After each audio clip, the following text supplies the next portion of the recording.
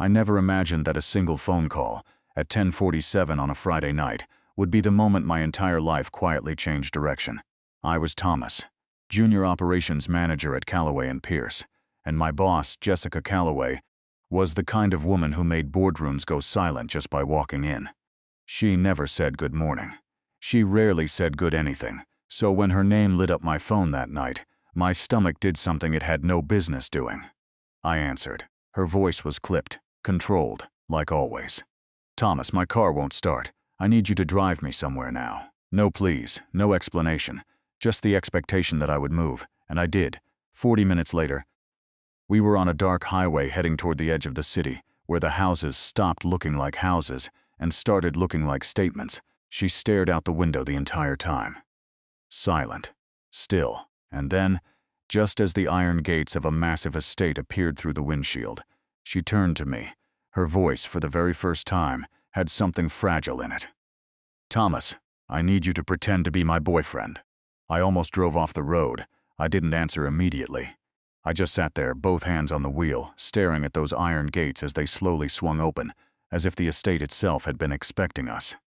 "I'm sorry," I said, my voice quieter than I intended. "You need me to what?" Jessica didn't repeat herself. She simply straightened in her seat, smoothed the front of her coat with both hands, and lifted her chin the way she always did before walking into a room she intended to own. "You heard me, Thomas." "I heard the words," I said carefully. "I'm still working on whether they make sense."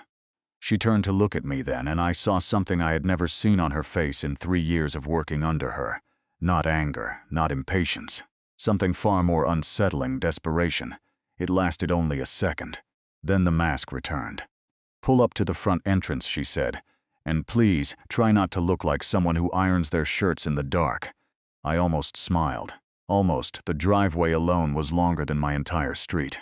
Manicured hedges lined both sides like silent soldiers standing at attention. Warm golden light spilled from every window of the mansion ahead. 3 floors of old money and older expectations. I parked. Neither of us moved. "Jessica." I said her name without the title for the first time. It felt strange, like stepping onto ice and not knowing if it would hold. "Why?" She was quiet for a long moment, her fingers, usually so composed, pressed flat against her knees.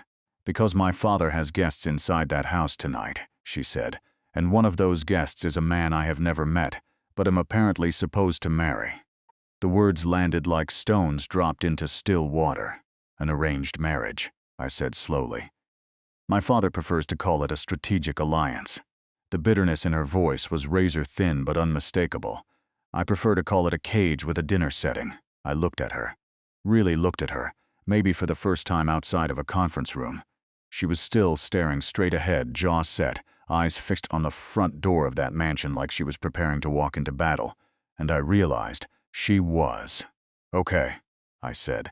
She blinked, turned to me. "Okay, I'll do it." Something shifted in her expression. It wasn't quite relief. It was more complicated than that, like someone who had braced for a fall and hadn't hit the ground yet. "Don't make it strange, Thomas." "Me," I said, opening the car door. "You're the one who just recruited her employee as a romantic prop at 10 o'clock at night." 11, she corrected quietly, stepping out onto the gravel. "Right. Much more reasonable at 11. She shot me a look, but the corner of her mouth just barely moved. We walked up the stone steps together, side by side.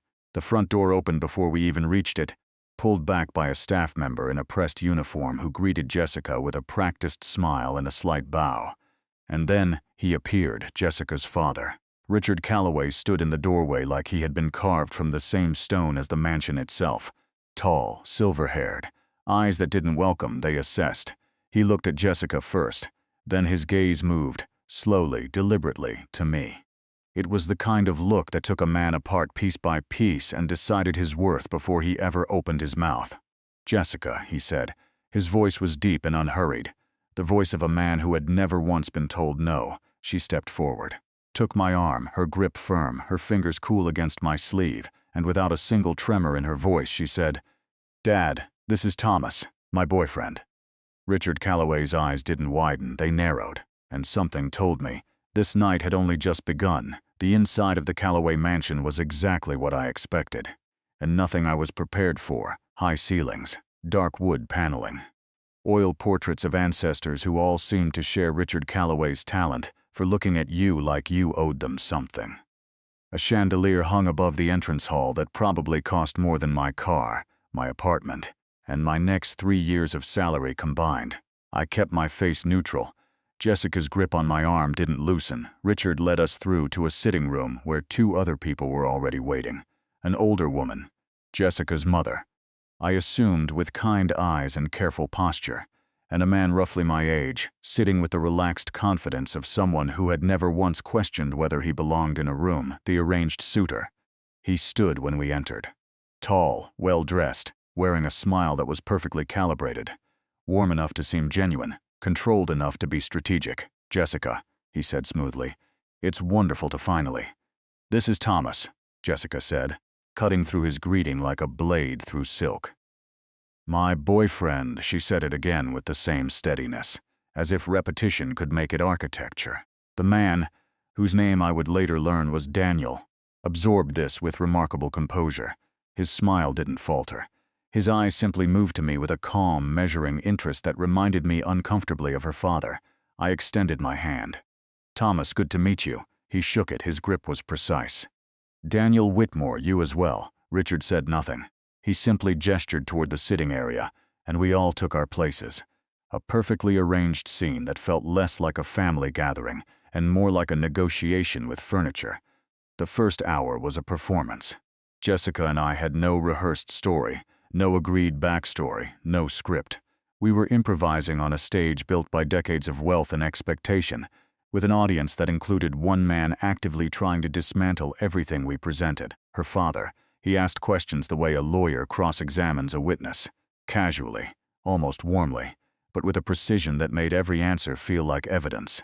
"Thomas, where did you 2 meet?" "At work," I said simply. "He's in operations." Jessica added, her tone carrying just enough affection to be convincing. "Operations," Richard repeated, as if tasting the word and finding it lacking. Under the coffee table, Jessica's knee pressed lightly against mine, a small signal. "Hold steady." I did, but it was the quieter moments, the ones between questions, where something unexpected began to happen. When Jessica reached across to adjust the collar of my jacket, her fingers lingered half a second longer than necessary.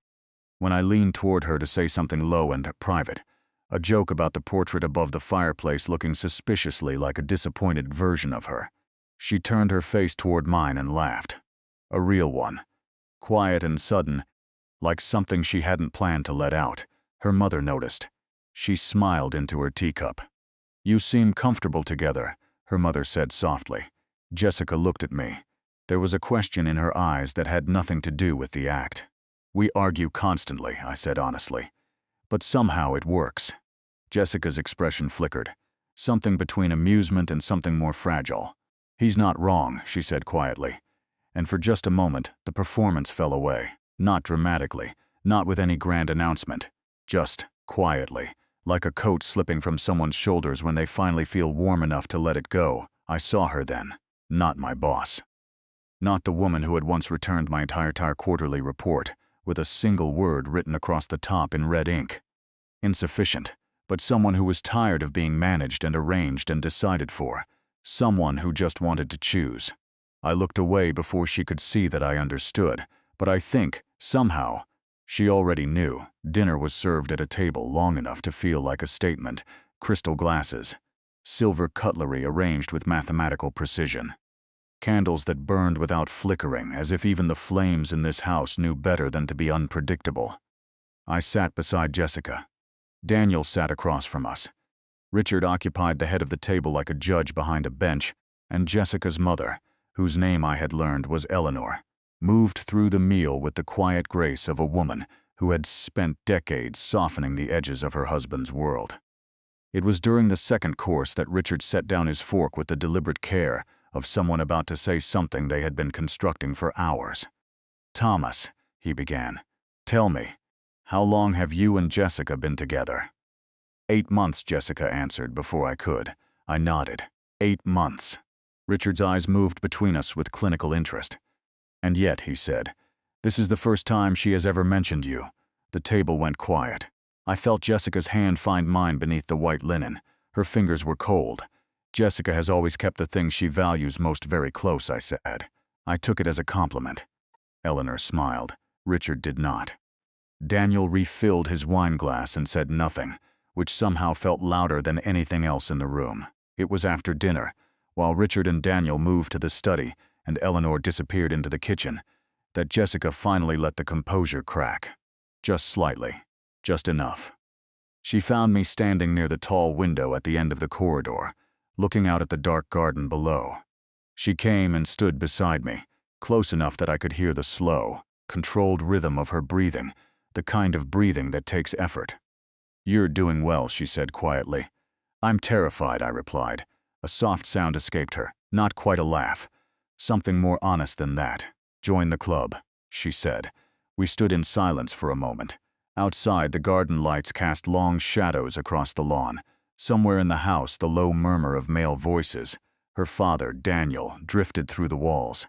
"How long has he been planning this?" I asked. She didn't pretend not to understand. 2 years, she said. "The Whitmore family and ours have had a business relationship for a long time. Daniel is the natural conclusion of that relationship, apparently." She paused. "My father has never quite grasped the difference between a merger and a marriage." I turned to look at her profile. The candlelight from the corridor caught the line of her jaw, the tension she was carrying in her shoulders. "Did you ever consider just telling him no?" I asked. She was quiet for a long moment, long enough that the silence itself became an answer. "Every single day," she finally said, "and every single day, I watch how he looks at me when I disappoint him, and I think maybe it's easier to just—" She stopped, pressed her lips together. "Disappear into it," I finished softly. She turned to look at me then, and there was something in her eyes, not gratitude exactly, but the particular relief of being understood by someone you hadn't expected to understand you. "Thomas," she said, and my name in her voice sounded different here than it ever did in the office. Softer, less like a summons. "Why did you agree to this tonight?" "Really?" I considered lying. It would have been easier. "I don't know yet," I said honestly. "But I think the reason is becoming clearer." She held my gaze for one long suspended moment, and then Daniel's voice came from somewhere down the corridor, calling her name, easy and entitled, and the moment dissolved. She straightened. The mask returned, but her hand just before she turned away brushed lightly against mine.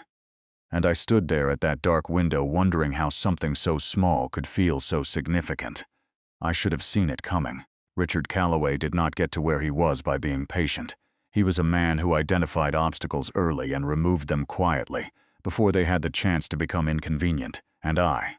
Thomas, junior operations manager, son of a school teacher and a mechanic, was very clearly an obstacle. It happened after 11. The house had settled into a deceptive calm. Eleanor had retired for the evening with a gentle smile and a warmth that felt almost apologetic. Daniel had excused himself to take a call.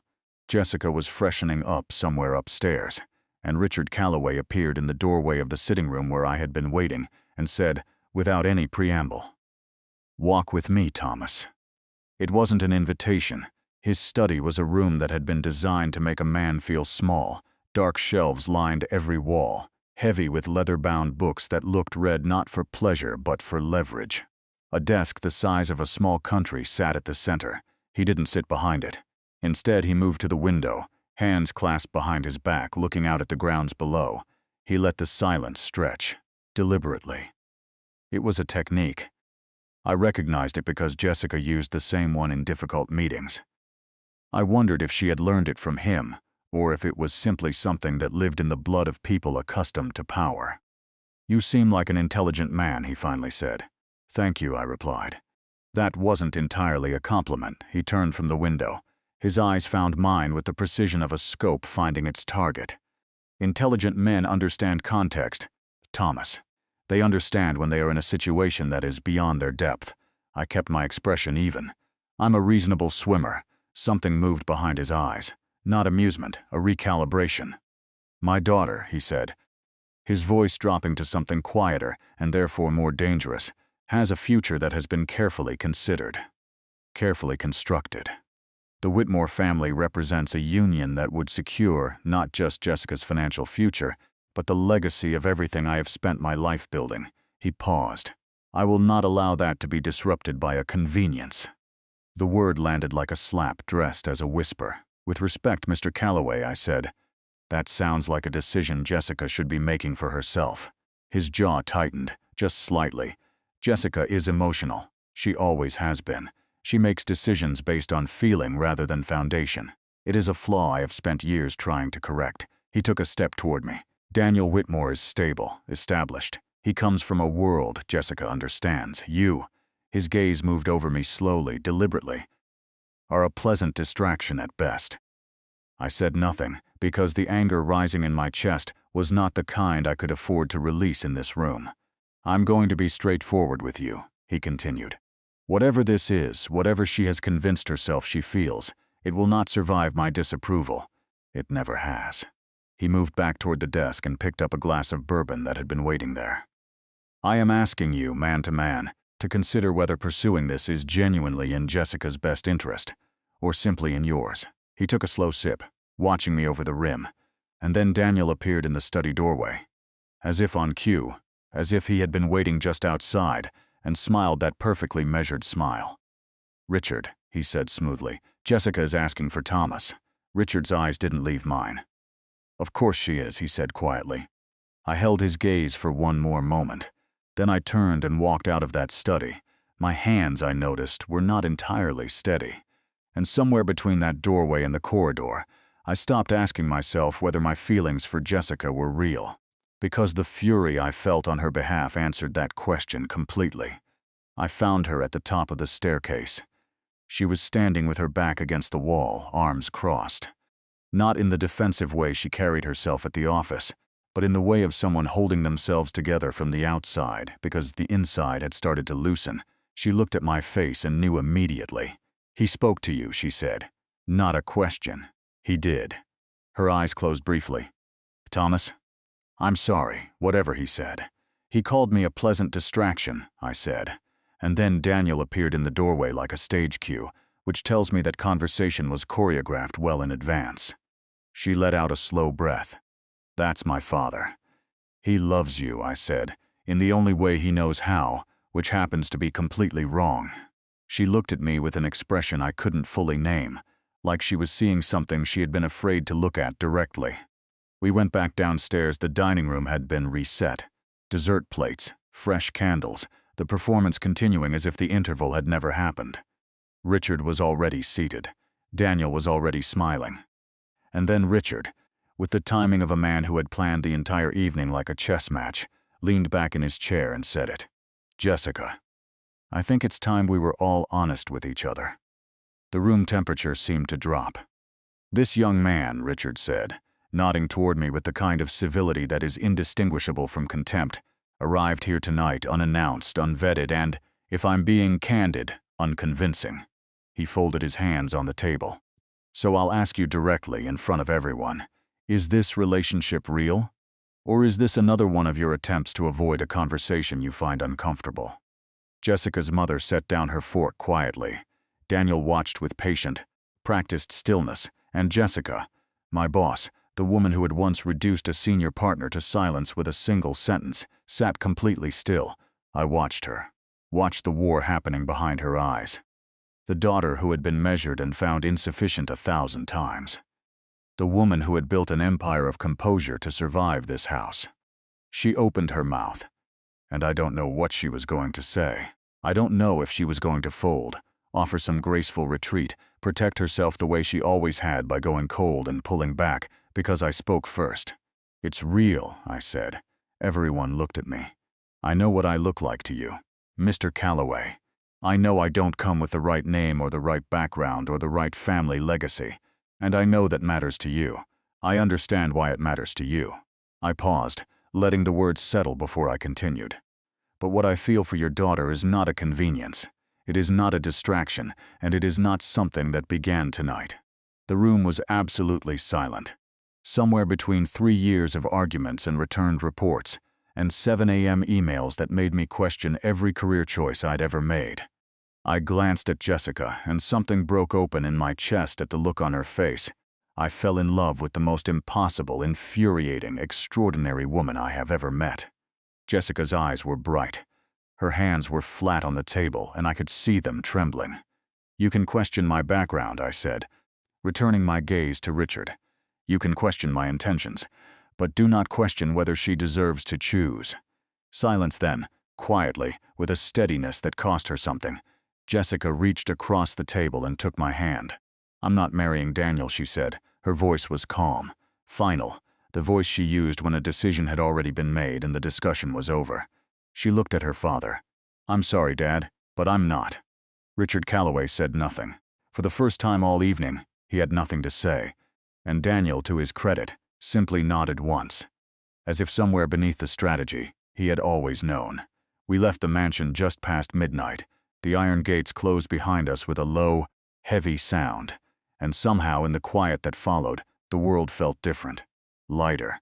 Like a pressure that had been building for hours had finally slowly begun to release. We sat in the car for a moment before I started the engine. Neither of us spoke. The dashboard lights cast a soft glow across Jessica's face, and I watched her breathe, slow and deliberate. The way you breathe when you've just said something that cannot be unsaid, and you're still deciding how you feel about that. "Are you all right?" I asked. She considered the question seriously. "I think so." A pause. "Ask me again in the morning." "I'll add it to my calendar," I said. 7 a.m. Check if boss is emotionally intact. She turned to look at me and laughed. A real one, full and unguarded. The kind I had only heard once before tonight and had already decided was my favorite sound. "Thomas," she said, when the laughter had settled into something quieter. "Jessica, what you said in there." She stopped. Started again. "You didn't have to do that. I know. But you did. I know that too." She looked at me for a long moment. Outside, the wind moved through the trees lining the dark driveway, and the leaves caught the moonlight and released it. "Was any of it true?" she asked softly. "What you said to my father." I held her gaze. Every word. Her breath caught just slightly. Just enough. She reached across and took my hand where it rested on the gear shift. Her fingers were still cool, but they held on. "I owe you an apology," she said quietly. "For 3 years of impossible, infuriating," I offered. "That too." "And extraordinary," I added. She smiled, and this time she didn't look away. I started the engine, and somewhere on that dark road back toward the city, with her hand still in mine and the radio playing something low and unhurried, the distance between who we had been and who we were becoming quietly, irrevocably closed. 2 years later, the morning light came through the kitchen window in long, golden strips, the kind that make ordinary things look like they belong in a painting. I was at the stove. Eggs, toast, 2 cups of coffee, one with too much sugar, one without. I had stopped needing to ask which was which a long time ago. I heard her before I saw her, the soft sound of footsteps. Then arms, her arms, sliding around me from behind, her cheek pressing between my shoulder blades. "You're up early," she murmured. "You have a 7 a.m. call," I said. "I checked your calendar." A pause. "Then you checked my calendar. Somebody has to." She came around to face me, still in the soft morning version of herself, the one the boardroom never saw. Hair loose, eyes unhurried, a quiet smile that she no longer tried to hide. On her left hand, a simple ring caught the morning light. She reached past me and took her coffee, leaned against the counter, looked at me the way she had looked at me that night at the dark window in her father's house, like something she hadn't planned on but was no longer afraid of. "Thomas," she said. "Jessica, thank you. For that night." I looked at her, this woman who had once written insufficient across my work in red ink, who had made me question every career choice I'd ever made, who had turned to me in a dark car at the gates of her father's world and asked me to stand beside her. "Thank you," I said, "for the order." She laughed, and the morning held us there, in that kitchen, in that light, in that life we had chosen, quietly, completely, and without any reservations at all. If this story moved something in you, if you've ever stood at a doorstep and chosen courage over comfort, tell me about it in the comments below. And if you know someone who needs to hear that love sometimes arrives dressed as an argument, share this with them. I'll see you in the next one.